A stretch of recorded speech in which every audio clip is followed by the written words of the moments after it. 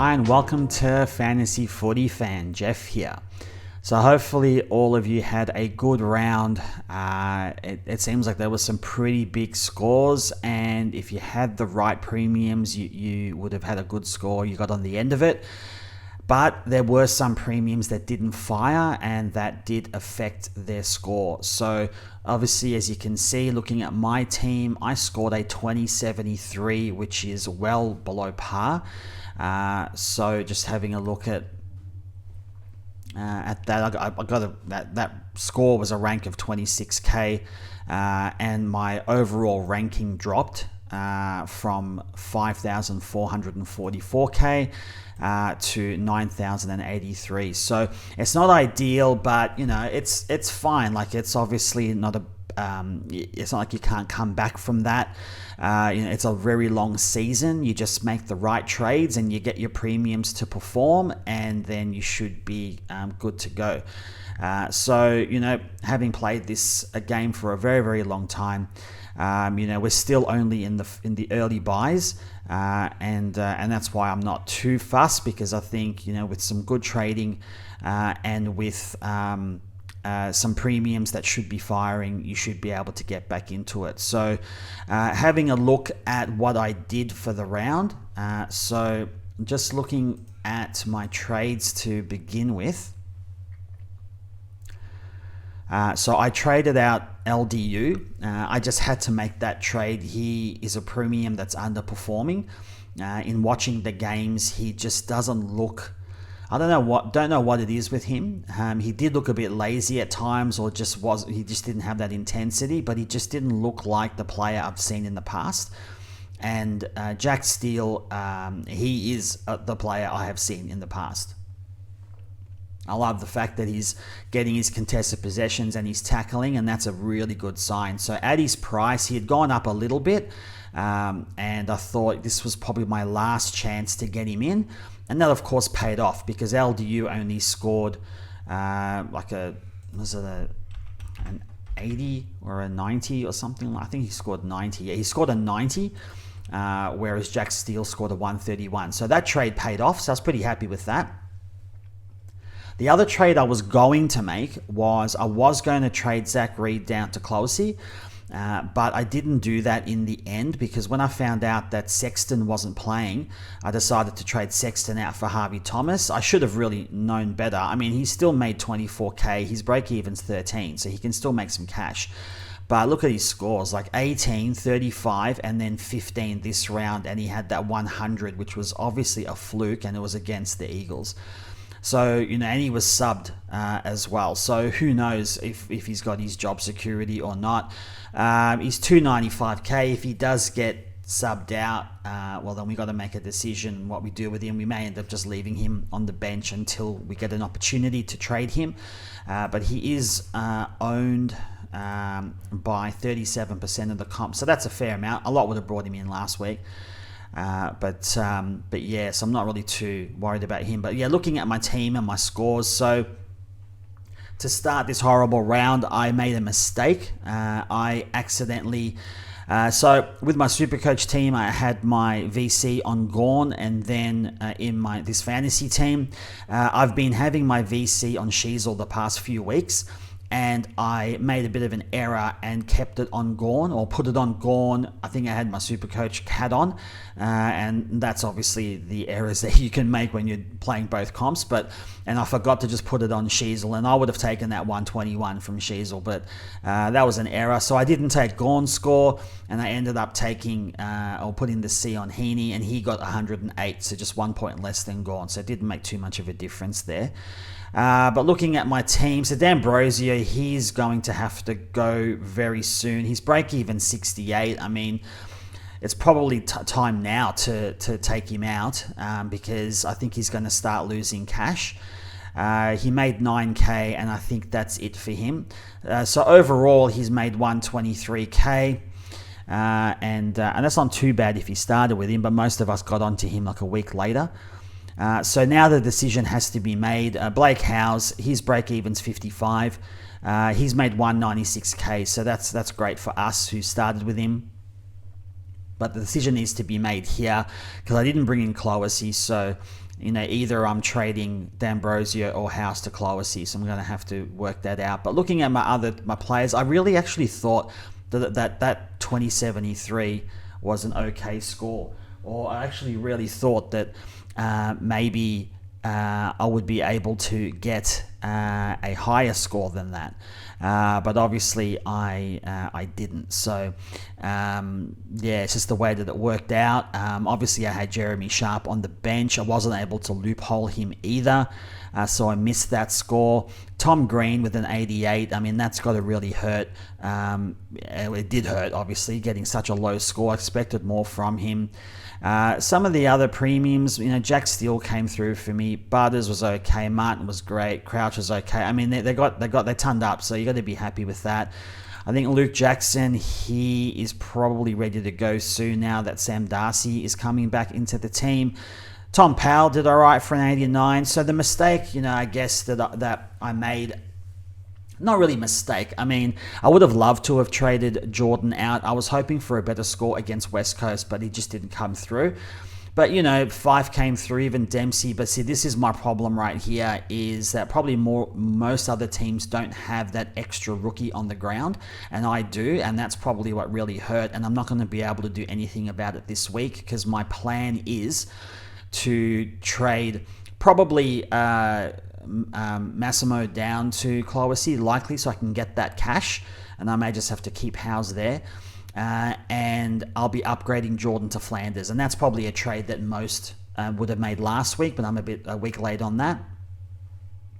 And then I'll probably have to take Heaney off, and there's not a lot I can do about it. So I'm just going to have to bring on one of these rooks, probably a Wilson or a Seth Campbell. And that's probably not going to be great for me. Fortunately, it's best 18, but I've got Jackson still in the team with Darcy coming back. I just don't know how he's going to score. Jeremy Sharp will come in for Roberts, and Blake Howes will have to come in for Dacos. So I'm probably going to cop another hit this week. I don't know whether my team's going to be as competitive. It's, I guess, what I expected, but I'm really hoping to launch the following week, because all I'll have out really is just Max Gawn. So, because I don't really have any, Seth Campbell, I guess, even Blake Howes if he's still there, but they're all on the bench, so it won't matter too much. So, yeah, that's kind of how I did, how my players performed, and also my VC and C. As you can tell, a little flat. Was hoping to do a bit better, but I'm in the 10K, and I've got, obviously many weeks to come where I can make some good trades and, continue that score, that upward trend, and sort of improve on that rank. So as far as going through some of the suspensions or injuries, again, the report comes out tomorrow. I can't really remember much from the games, or that I can think of that is fantasy significant. But yeah, there'll be some players looking to come back that are on the injury list, but we'll just keep a lookout for that when that report comes through tomorrow. So looking through the actual games themselves, so of the fantasy relevant players, so we've got, Rory Laird got a 103, and Dawson a 112. Crouch, as I mentioned, a 106. So they're still doing really well. Will they finish as a top 8 mid? Then I'm not really sure. But, like we look at Dawson, for example, he's only lost 7K. So, yeah, you're bringing him in. We want to try to bring in value, I guess, premiums that have dropped a bit, even with Laird too. He's doing quite well, averaging 107. Sorry, actually, I looked at the wrong figure again. So Laird overall has dropped 21K, and just sort of going back to Dawson, I always get that confused. Dawson's dropped 43K. So they've dropped a little bit, but still fairly high priced. I reckon we could probably get some other premiums just a little bit cheaper than that are doing well. And then looking through Adelaide, there's not a great deal really to look at as far as fantasy players go. Going over to the Ds, so Petrarca with a 112 continues to do well. Let's just have a look at him. So he has dropped 35k overall. He's averaging 102, 113 break even, but at 922, there's got to be some other players better than that. And with his buy coming up as well, wouldn't be looking at bringing him in. Gorn did his thing, and then looking through Salem, a 67 is disappointing. Windsor, so he got a 61. I think if you've got him, obviously he's still making cash. He's made 115k overall, and his break even's 31. So he's doing his job. If he can, get to like 200k as far as his season price change goes, then he's been a good pick to start with. Billings a 49, so this is the thing with him that we're going to be worried about. He had that big score of 140. Look at the scores around that, 10, 70, 30, 49. So look, overall, he has still made 10k, so you haven't lost anything, but if you've got him, he is an absolute must trade, especially with his buy coming up. And Oliver continues to just be absolutely rubbish. So this is probably a good thing, I guess, for us. Like, he lost 62k this round. He's lost overall 153k. He's only averaging 86. And his break-even's 153. He will continue to bleed cash, but he's too good of a player to just bottom out like this. And he only had the 16 possessions as well, 43% efficiency, which doesn't matter too much with fantasy, but yeah, just didn't get enough of the ball. But look, if you remember, he's a shadow of himself at the moment, so we'll just have to wait and see. You don't just lose that ball-winning ability and that talent and skill overnight, so he will eventually get that back and get that form back, and that's what we need to just keep an eye out. So Blake Howes, here's the other one. Look at his scores. He's really dropped off the last two games, 23 and 30. He still made where is it? He made he actually didn't change in price at all, but he's made 196k. So he's done his job. If you're looking to trade him out this week, this will be the week to trade him out. You could potentially hold on to him, like I was saying. Maybe D'Ambrosio might be the way to go. And keep Howes on the bench, and then maybe trade Howes next week. So that could be an option. Just depends which way you want to go with that. But yeah, he's got to probably go either this week or next week. But he's done his job. He's made nearly 200k. And it's probably about it. But looking at Brisbane and North, so I don't really think there's any relevance. We're just going to look up these players because they're premium players. So Dunkley, so he's scored a 114.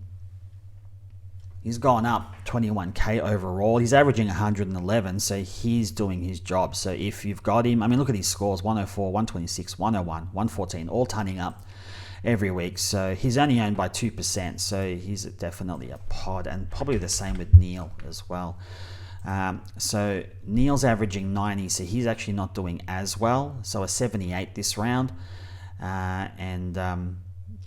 break even of 111. He might drop a little bit, where we could pick him up a bit cheaper.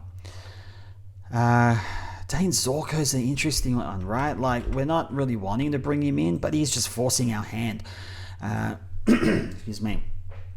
So looking at him, he's like 9% owned, so some have jumped on him now. But looking at his scores, so it's a 105, 99, 102, 111. He's got that halfback role. He's averaging 104 now, break even of 83. If you're wanting to bring in a cheaper forward and you want to take that risk, then Zorko's the one, because he's got the role. He's picking up all this cheap ball at halfback. He had 28 possessions and 19 kicks.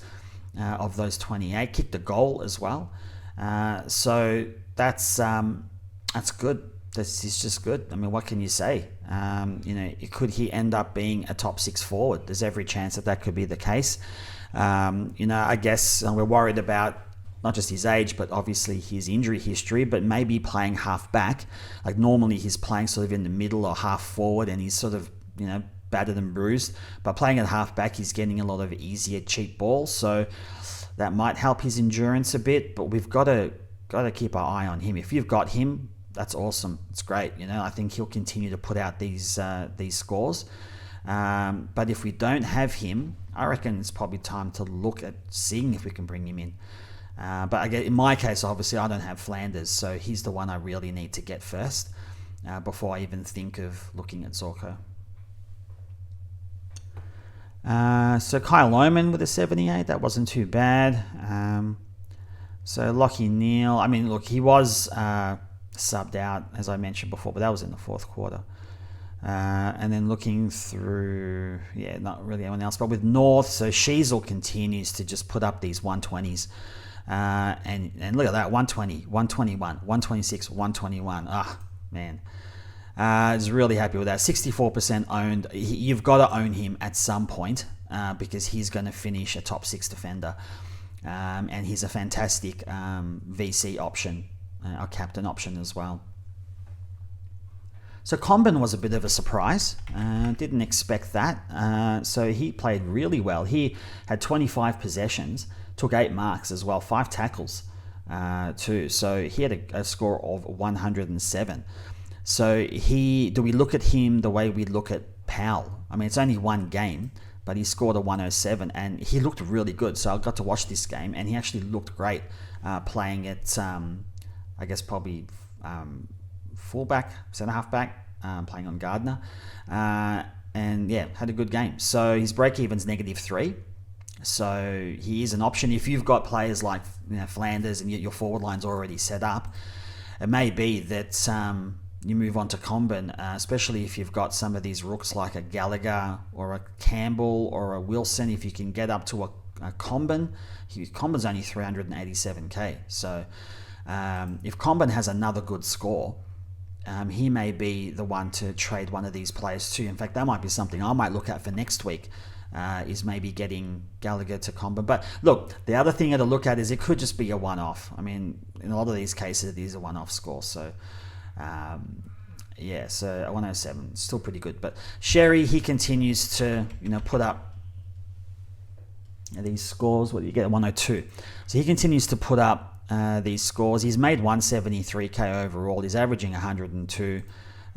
So if you've started with him, just a great pick to start with. Obviously, I wanted to do the Grundy and Gawn combo. I was really sure Grundy with his history would step up, but I think now that he's at his bye, even trading over to Sherry, I wouldn't rule that out. I mean, you want to be upgrading at this stage. I think Gawn English is the way to go as far as getting your premium rucks goes. Just having a look at the rucks here.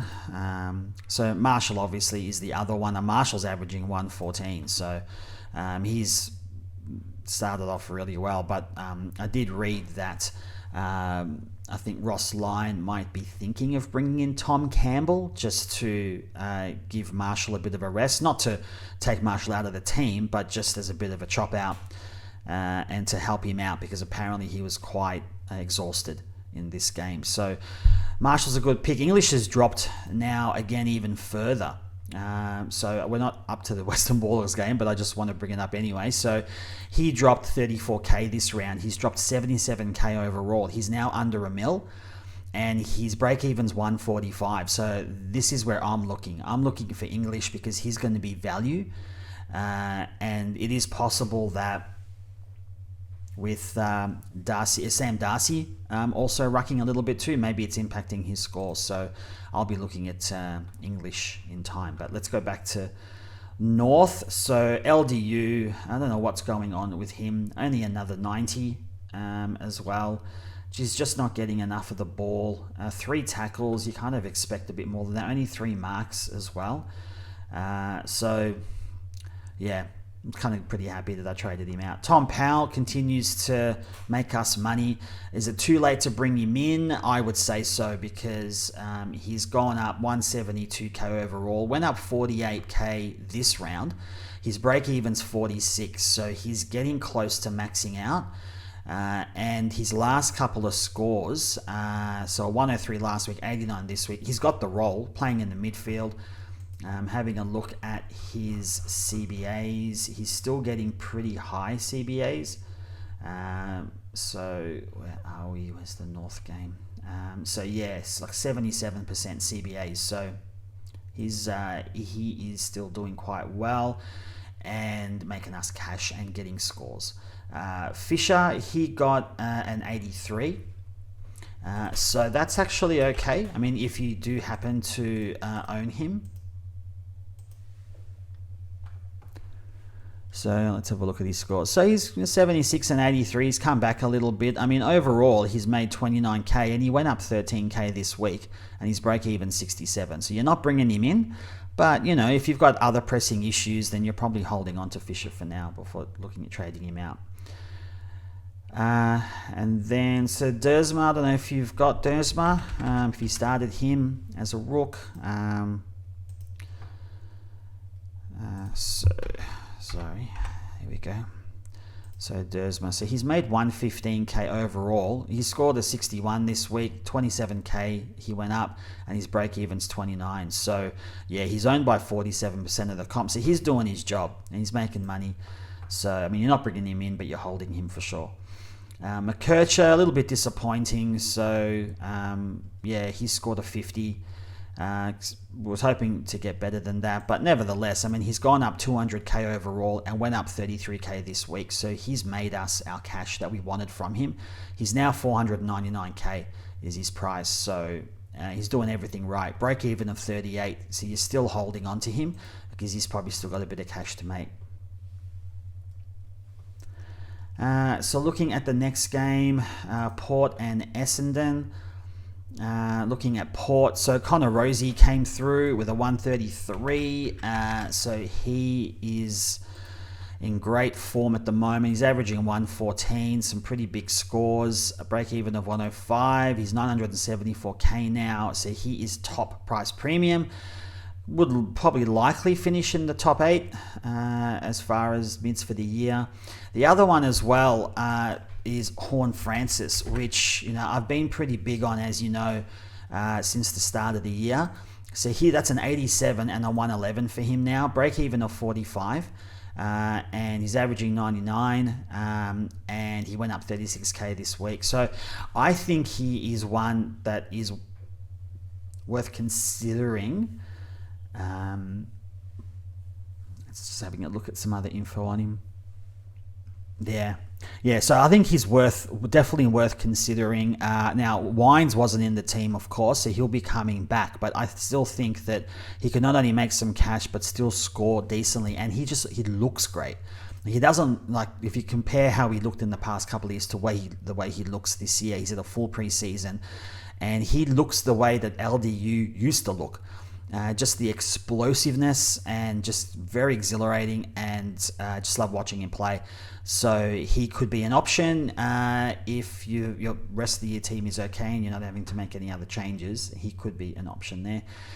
Zach Butters, a 106. So, you know, he's doing okay. He's averaging 102, but 107, 117, 79, 106. Just that 79 hurts his average a little bit, but you know, he's still value, I think. 112 break even. He's actually his price hasn't changed really by much. He's only gone up 1k overall. So I think he's still really good value. If you're looking at bringing in a value pick, then I think he is worth it. Looking through the rest of that team, there's probably no one else of fantasy interest. With the Bombers, Zach Merritt continues to, as I'm just singing his praises last week, comes out and puts a 135. That's 125, 122, 110, 135. So not only is he just a great pick to start with, but he's just putting up great numbers. He's over a mil now. Well, I think he achieved that last week, and averaging 123. So not really much else to say, but just an absolute gun. Nick Martin. So he's got the role at halfback, another 114 from him. He's averaging 113. He's gone up 113k overall, break even of 68. Could you still bring him in? I actually think you could. He's 882k is his price, and he's got the role and he's getting the ball. So if you want to bring in a player that is still going to put up these numbers like 100, 110, and he's going to get defender status as well. So, I think he still is worth the option, even though he's gone up 113k for the points he's going to put out. I think 882 is a good price. And looking through, Parrish continues to really put up some bad numbers. So he's dropped a fair way away. So let's see, a 104 in his first game last week, and then now a 66. So he lost 38k this week, 47k overall. He's 918k, break even of 142. So let's just keep an eye on him and wait till he bottoms out and then see if he's an option to bring in. So moving on to the next game, so West Coast and Sydney. So Elliot Yeo is still doing wonderful things. I'm pretty happy with his performance. So he put out a 108. He's averaging 96. He's gone up 100k overall. Went up 45k this week. Break even at 51. So I was a bit worried about whether I may need to trade him out soon. But now after putting out that big score, he'll be making more cash and still putting out good scores. So I think he was a really good pick to start with, and I'll be able to upgrade him to a premium pretty easily, I think, in time. So very happy with him. Can you bring him in? Look at 733k averaging 96. I guess you could, if you wanted to get some value in your defense. That could be an option. We were all very happy with Harley Reid. It looked really good. Really was playing with a bit of aggression and looked great in that midfield. And he scored a 78. So we were all worried about him that we may need to trade him out soon. But by putting up that score, he went up by 39k, and his break even is 18. And he's gone up 100k already, which means that he's still got more to give, more money to make. So, our owners, which is most of us, 81% who own him, we now get to hold him a bit longer and make some more cash. Looking through, someone really else there for Sydney, Errol Goulden. Let's have a look at him. He put up a 127. We're not picking him this week, of course, but he could be a good pick to get him off his bye. So he's actually, his season price overall has dropped by 85k, and he only went up 3k this week. His break even's 103. Now he is 930k, but he is a top 8 midfielder. So he would be one to look at to bring in after his bye.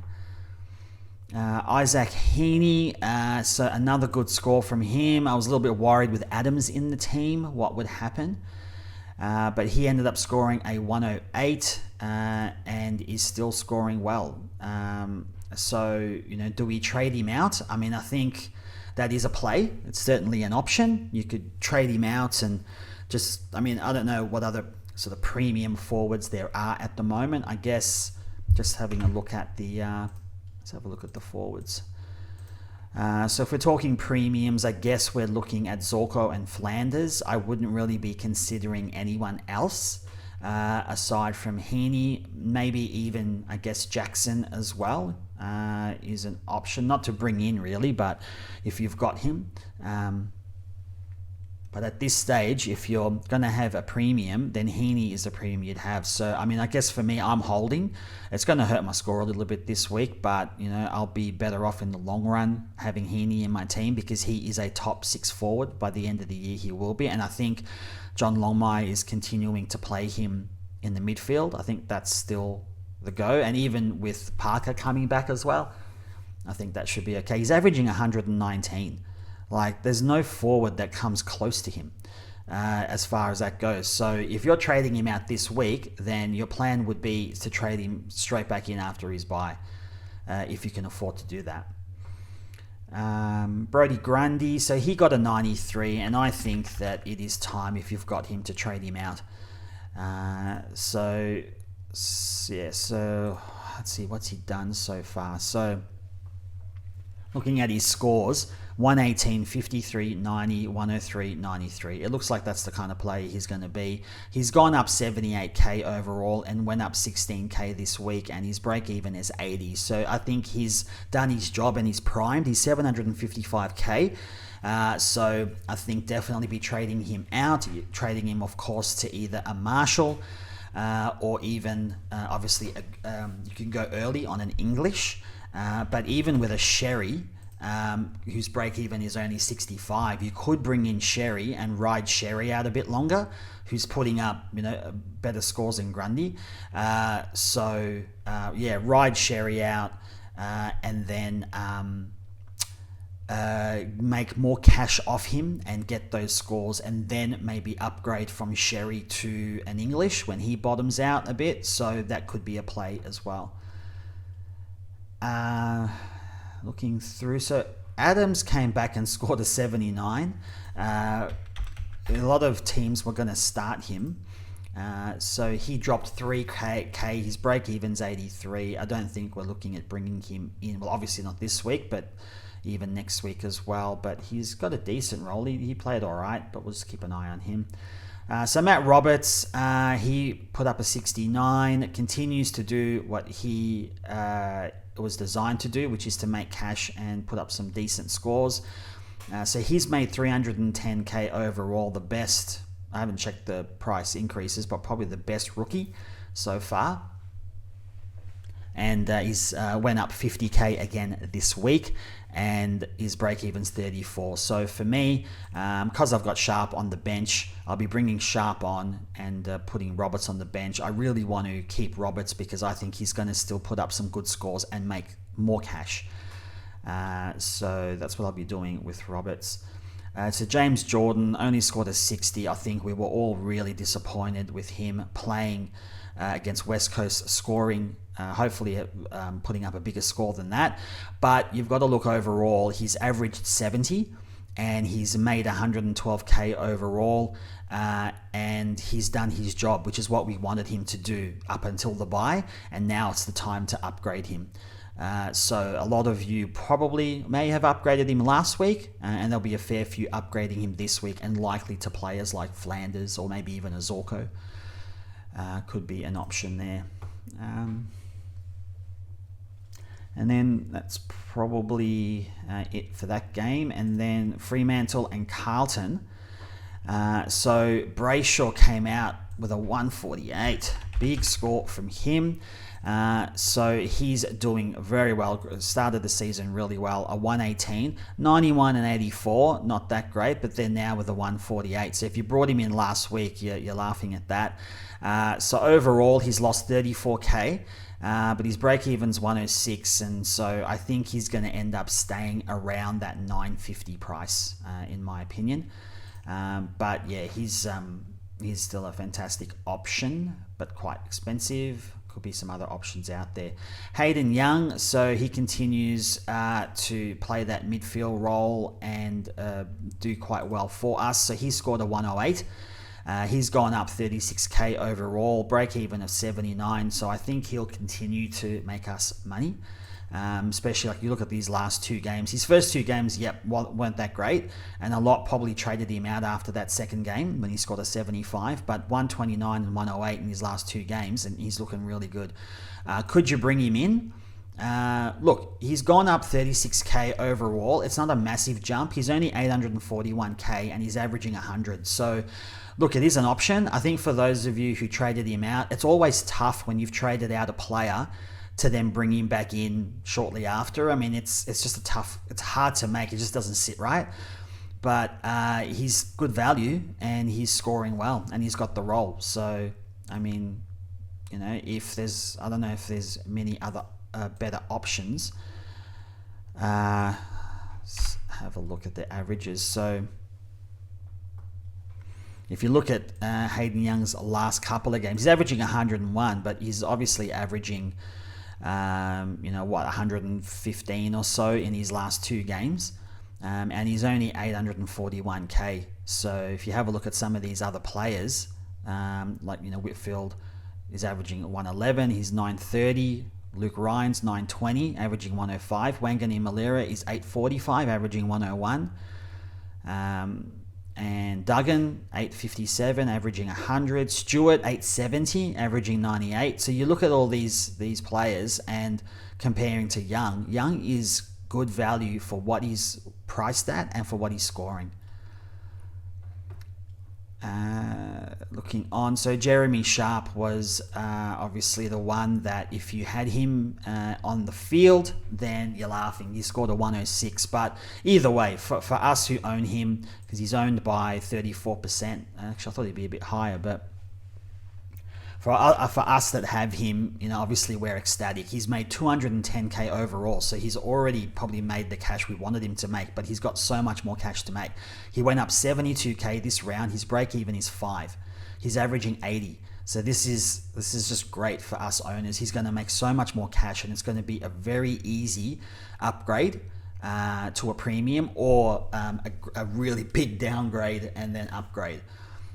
So we're really happy with him. Jordan Clark, look, he continues to do really well. Good on you for starting him. I say this every week, but so he scored a 97, and he's also good value. So look at his scores, so consistent: 97, 99, 97, 97.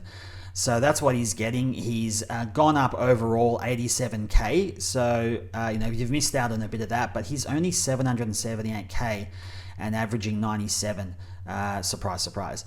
And he went up 23k this week. Break even is 76. So look, if you don't want to go up to Hayden Young at 841k, Jordan Clark is definitely worth the option. He's consistent. He's got that good role at halfback. Even if we look at this game, he had 30 possessions and 18 were kicks, and he had 7 marks. So that all really good signs for Jordan Clark. So he is an option to bring in for sure. So Luke Jackson, he got a 94. So, we're pretty happy with that. If you have a look overall for those that started him, he's averaging 96. He's gone up 46k overall, went up 8k this week. So I guess you could say he's done his job. We were probably hoping for over a 100-point average. His break-even's 92, and Sam Darcy comes back in this week. So if you don't have any other bigger issues, then you'd be looking at trading Jackson out because we know he doesn't score as well with Sean Darcy in the team.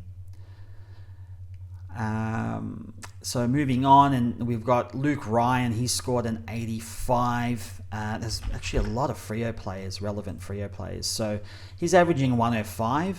And he's doing fairly well. Break even of 120. So you're not bringing him in, but if you own him, then you're holding. And with a break even of 120, you're going to wait till he drops out a little bit, bottoms out a bit. Caleb Sarong. So that was the really disappointing one for many coaches. Let's have a look. So he scored an 82. Ugh. So that's no good. I mean, look at his scores: 161, 125, 118, and then he puts out an 82. So that's look, I'm not surprised, to be honest. Look, I did predict it last week because of the way that Carlton teamed up on LDU, and LDU put out a horrible score. So I'm not surprised that Sarong put up a bad score this week. We've got to keep this in mind, I think, for the rest of the year. Any premium mid that plays against Carlton, we've got to be careful of not putting them as a VC or a C. I mean, sure, the occasional premium will score well, but I think Carlton are doing really well to shut down their main prime ball mover. And in this case, it was Sarong. But what that means is you got other players that get off the leash. So Brayshaw and Young, but they put a fair bit of attention into Sarong. So Sarong ended up still with 26 possessions, but 14 of those were handballs. So he still worked really hard, 15 contested possessions. So, he still worked really hard, but I think it was the pressure applied to him that he had to get those quick handballs off. So but he was a bit disappointing. But obviously, you're not trading him out or anything. But I think if you don't have him, his break even's 146, but he's averaging 121. So I don't know how much he'll go down in price, but you never know.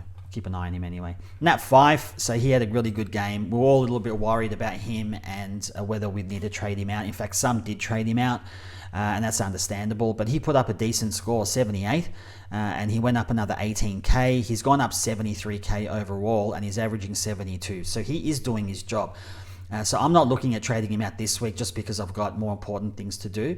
But if you have a look at the role, he's got the role still. So he had 26 possessions, but again, 16 were handballs. And I think that is his role there, is to just get that contested ball and get the ball out. But he had 7 marks, so that was really good. And then if we have a look at his CBAs, he's predominantly playing in the midfield. So where are we? So he had 54% CBAs, not as high as I thought it would be,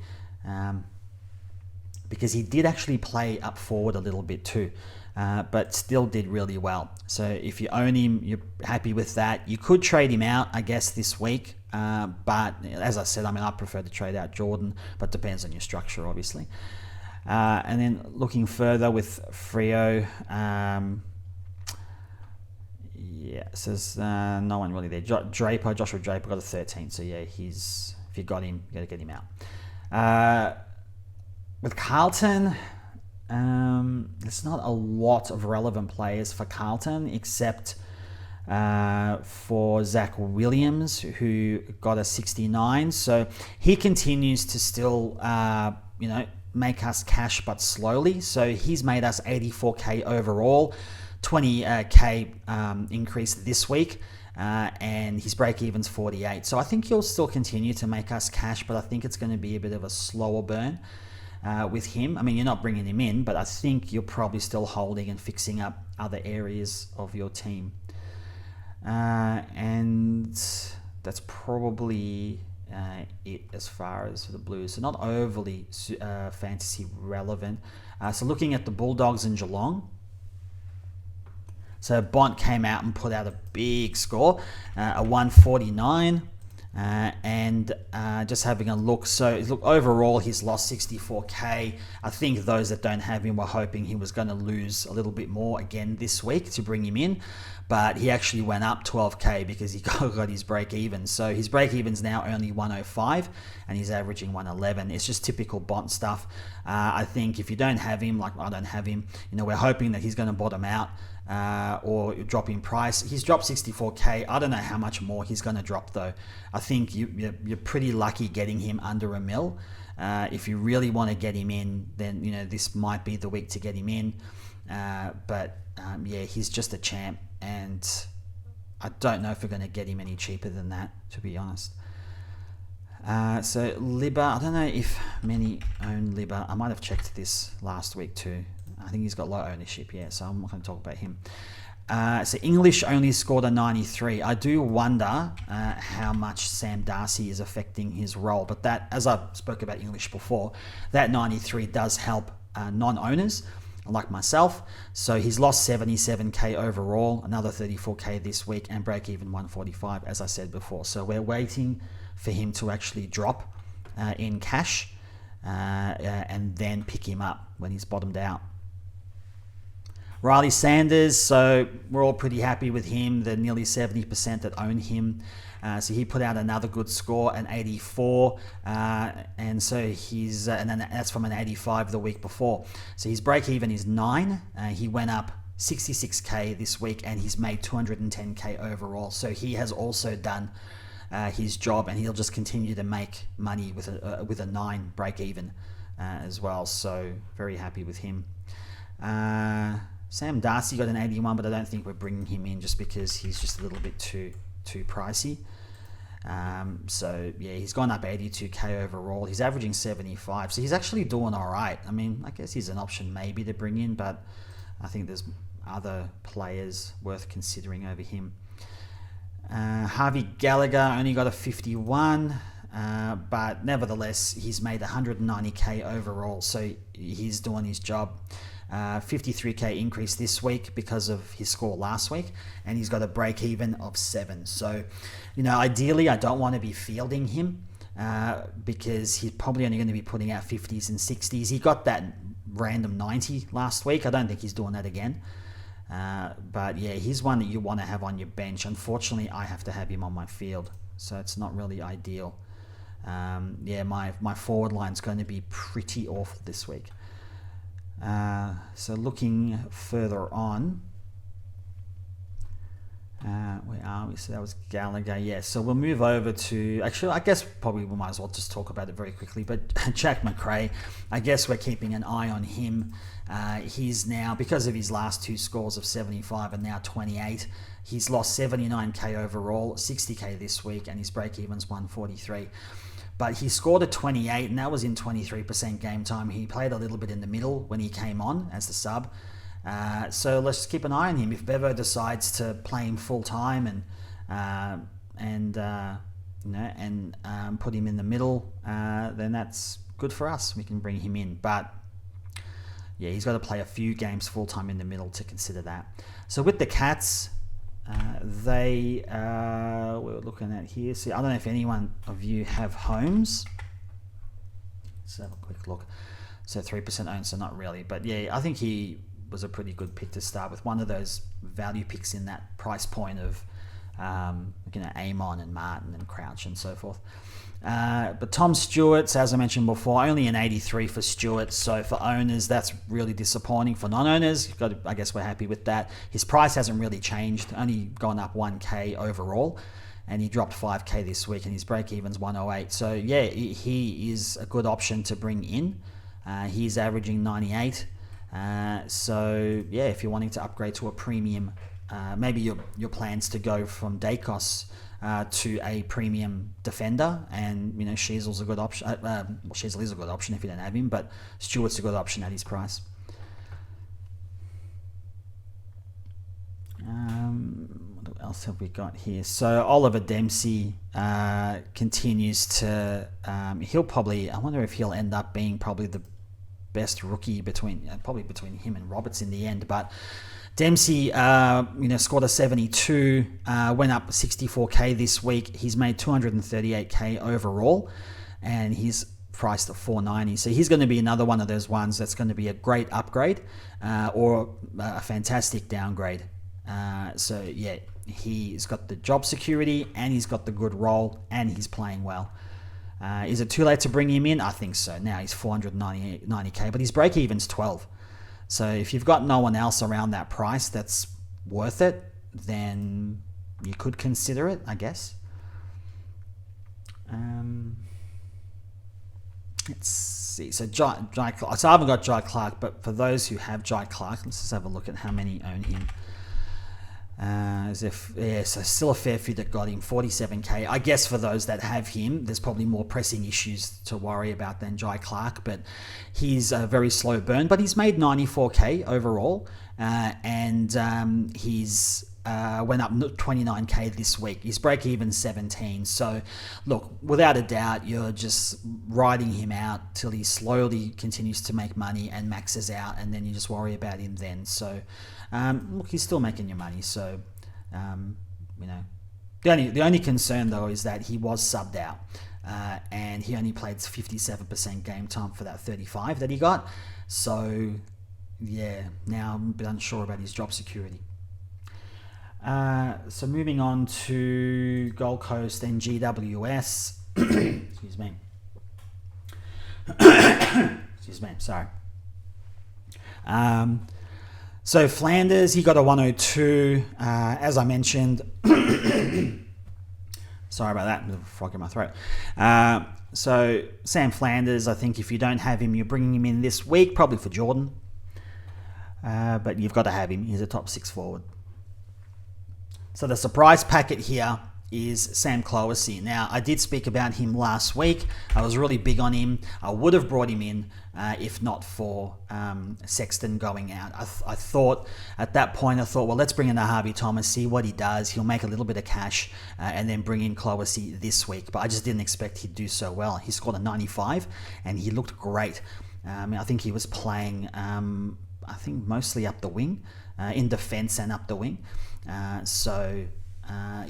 had a great game. I think that his ownership will skyrocket this week, without a doubt.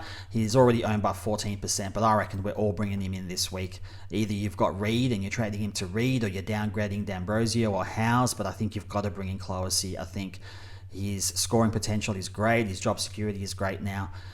So, yeah, he's the one to bring in.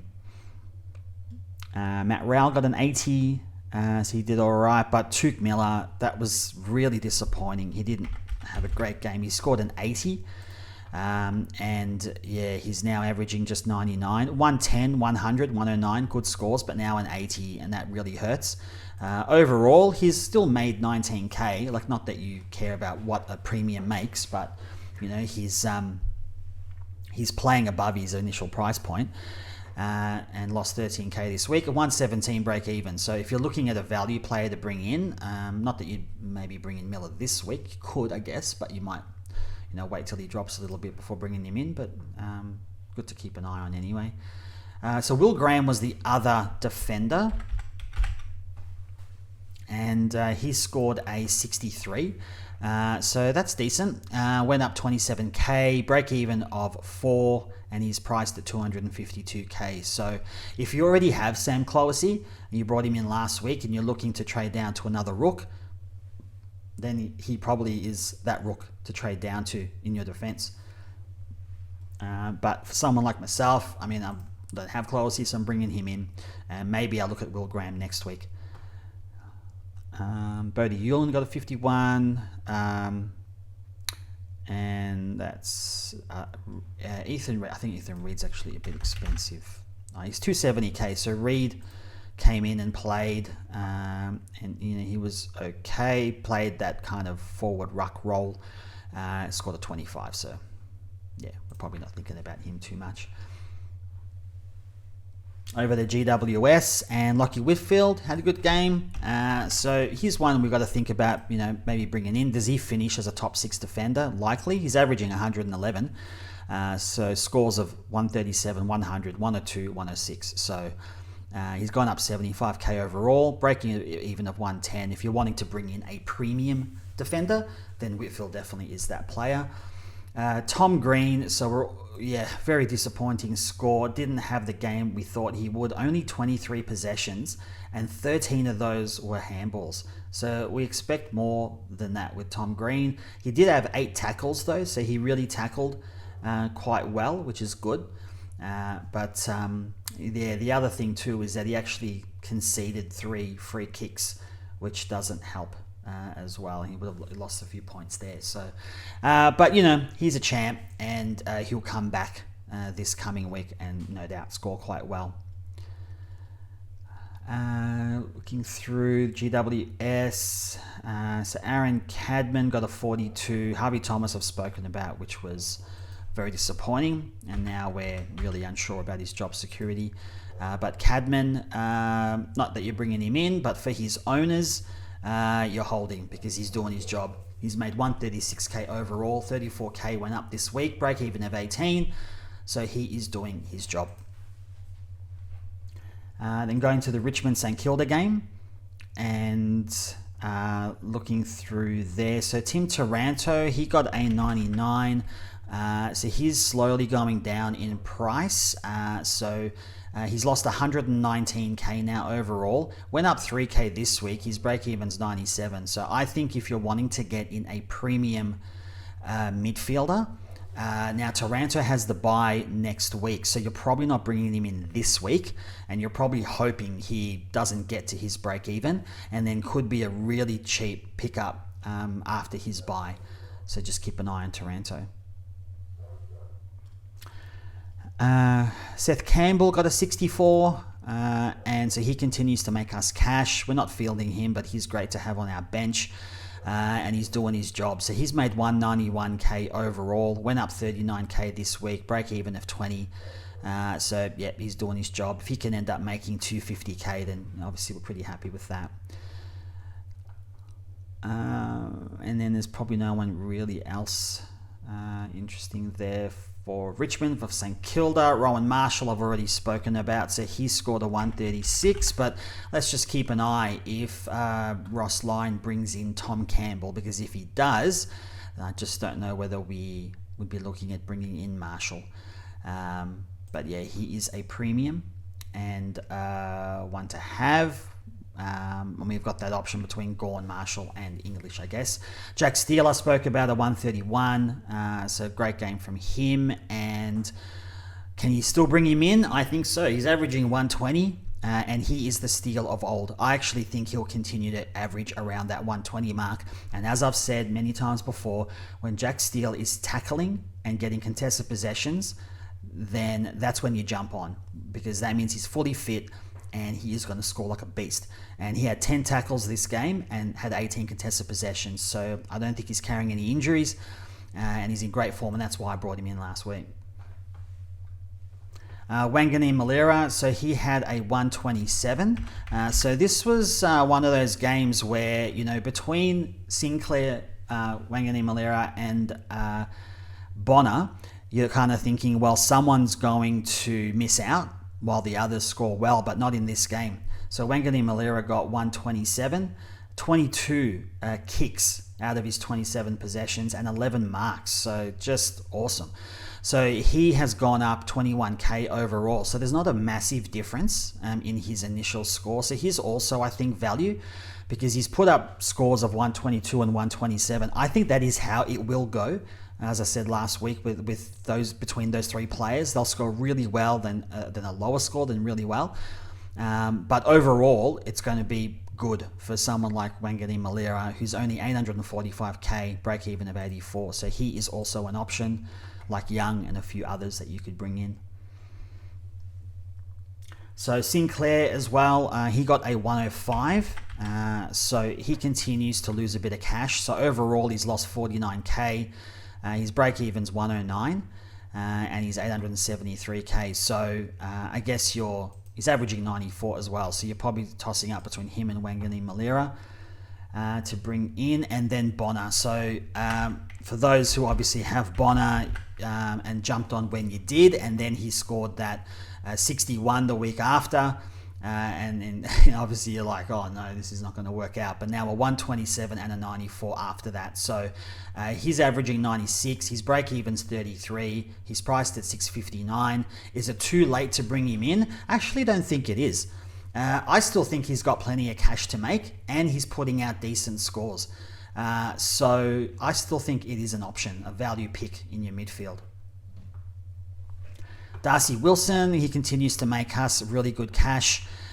So he scored a 79, and that's what we really needed from him, because he started to look pretty woeful, and it started to look like we needed to trade him out. But now he's made 132k overall, went up 43k this week, and his break even's 13. So he still has some cash in him to make. So he's a good option to just keep on the bench.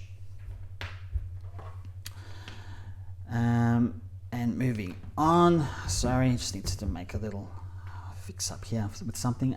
Moving on, and that's probably about it. So let's quickly get to this last game. So Collingwood Hawthorn. So Dacos did all right, considering he was heavily tagged by McGuinness mostly in the first half, but he got a 95 in the end. I think we were all worried that Dacos was going to get, like a 50 with his tag, but he ended up getting that score in round 2 against St Kilda when he got a 61. So I think if you started him, you can still feel okay that you started him. You don't have to worry about trying to get him in. But if you don't own him, then yeah, you're waiting till his bye. In fact, you might even wait till the game after his bye, because his break even's 130. Overall, he's gone down 75k, and he's a must-have in your team at some point.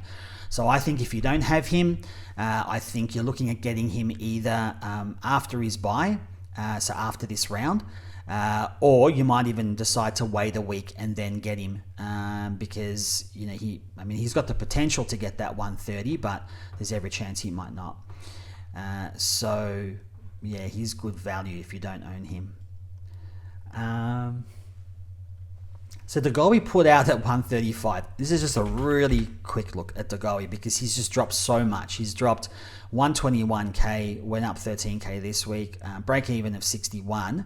Obviously not bringing him in this week, but he looked good. Like he didn't look like how he's been playing in the previous games. Previous games, he just looked a little like tired or unfit, but in this game, he looked quite ferocious, really attacking the ball hard, really moved well across the ground. So maybe this is a sign that he's on the up. And if it is, then he's good value at his price, which is 662k. But obviously not this week, because he's on his bye. But moving on, and yeah, there's no one really else for the Pies for Hawthorn. So it was about time that we saw Amon put up a decent score, and he got a 113. He's only owned by 1%, so I will not talk about him any further. But could be an option to bring in later on if he continues to play well. Newcomb is showing some good signs now after his first few games. So a 98 this round, and he looked pretty good. So he's dropped 104k overall, break even of 91. So could we bring him in? He could be a value pick if he continues to improve in his form. So James Sicily scored an 85. He continues to drop in price. So overall, he's dropped 157k now, dropped 28k this round. And for his owners, obviously, it's a frustrating own with him. But his break-even's 111. So I think maybe for non-owners like myself, I might just wait that little bit longer. I'd like to see him string a few more good games together before thinking of bringing him in. But you never know. I mean, it could be a bit of an upgrade from Yo to Sicily. It'd be great to have Sicily in my team. But I just want to see some better scores. I think the way that Hawthorn's playing and the role that he's playing at the moment because of the injuries and so forth, it's just not really affording him to play the role that Sicily normally plays, that loose man. And D'Ambrosio, so he's turned into a disappointing pick now. I mean, he's made us cash. Fortunately, he went up 9k this week, but he's break even 68 now, and I think that's it for him. Excuse me. If only he can put up a big score, but I just don't think it's in him. But he's made us the money, and maybe it's time to move him on. And the decision is whether I move on D'Ambrosio or Howes. You might be in the same situation as well. And that's it. So that's all it for the rounds. So what are we looking at during this week? So let's have a look. I always like to have a look at the break-evens. So let's, hold on, let's go back there. General stats, the break-evens. So obviously Sam Clohessy is the one there. He's got a negative 22 break-even. Keep in mind as well, Charlie Comben, who's got a negative 3 break-even. We spoke about him. Max Ramsden, he scored a 60. He's only 235k as a forward, and he's got a 2 break-even. So he's also an option if you want to bring in a cheap rook in your forward line. He actually looked all right as well. I actually went over him, but he scored a 60 and did okay, and he kicked a goal. So yeah, maybe if he's got the job security, I don't know if he does, but then there's Will Graham as well, as I also mentioned. He's got a 4 break even and did okay in defense. Jeremy Sharp, 5 break even. That's wonderful to see.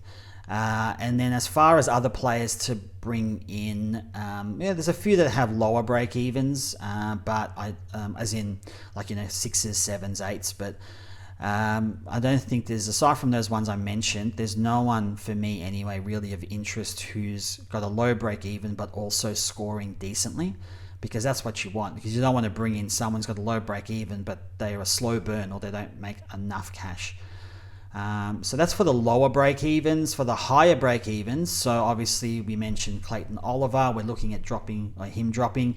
Caleb Sarong. So we're really hoping for him to drop a bit in price if we don't own him. Tim English is the other one that I mentioned. And I think we're waiting for him to drop in price. We'll see what happens with McRae. Darcy Parish, a 142 break even, I mentioned before. And then the rest, I think, the break evens are not overly high or worth it to be thinking about them. So there's some players to keep in mind with the higher break evens, and let's just watch them over the next few weeks. So what am I doing with my team this week? So as I mentioned, so Dacos I'm bringing off. I've got to bring House on. Hopefully House plays this week because I'm either looking at D'Ambrosio or House to Clowassy. I haven't made my mind up yet, but I'll be doing that trade definitely with one of those two. Sharp comes in for Roberts. So Roberts goes on to my bench and Sharp comes on, and then Heaney, I guess I'm bringing on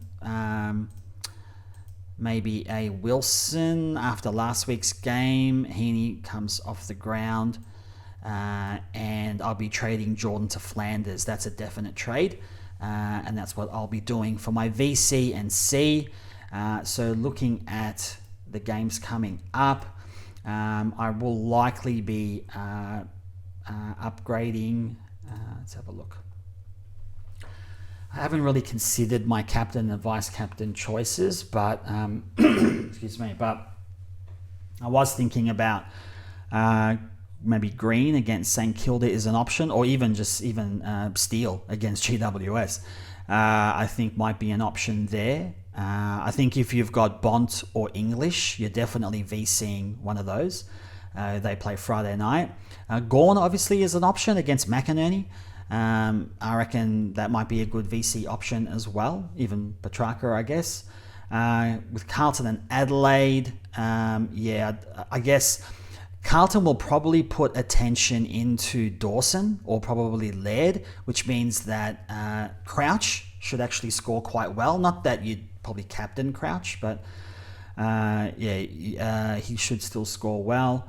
And then Gold Coast plays Hawthorn. I'm not really thinking about anyone from Gold Coast, but Essendon plays Western Bulldogs. I do wonder whether Martin might even be an option with the form that he's in. And then Port play Fremantle. That's at home, so obviously a Rosie, even a Butters could be an option there. Geelong and North, so obviously again Sheasel would have to be the option there as well. So there's a few options at this stage. I mean, this is definitely likely to change, but at this stage, I think I would be going probably VC Green, I think, in this, or Steele. I haven't decided. It'd be one of those two as my VC, and then I might even go into Sheasel as my captain. I know that game's at GMHBA Stadium, but I think Sheasel, I mean, look, he's averaging 122 and he's so consistent. So he might be the option there for VC and C.